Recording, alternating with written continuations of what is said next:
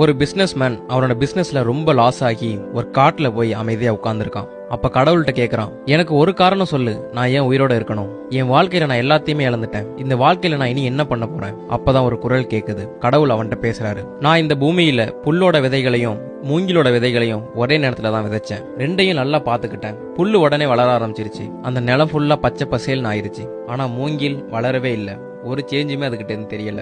ஆனா அதை நான் கேர் பண்றதை நான் நிறுத்தல. புல்ல எப்படி பாத்துக்கிறனோ அதே மாதிரிதான் அந்த மூங்கிலையும் பாத்துக்கிட்டேன். ஒரு வருஷம் ஆச்சு, மூங்கில் வளரல. 2வது வருஷம் ஆச்சு, புல்லு நல்லா அடர்த்தியா வளர்ந்துருச்சு. ஆனா மூங்கில்ட்ட இருந்து ஒரு சேஞ்சுமே இல்ல. 3வது வருஷம் ஆகியும் மூங்கில் ஒரு இலை கூட விடல. ஆனா நான் என்னோட நம்பிக்கையை விடல. அதுக்கு எப்பவுமே தண்ணி விட்டுக்கிட்டு இருந்தேன், அதை பத்திரமா கவனிச்சுக்கிட்டேன். 4வது வருஷம் ஆகியும் அது வளரல. ஆனா 5 வருஷம் கழிச்சு மூங்கில் விதை முளைச்சது.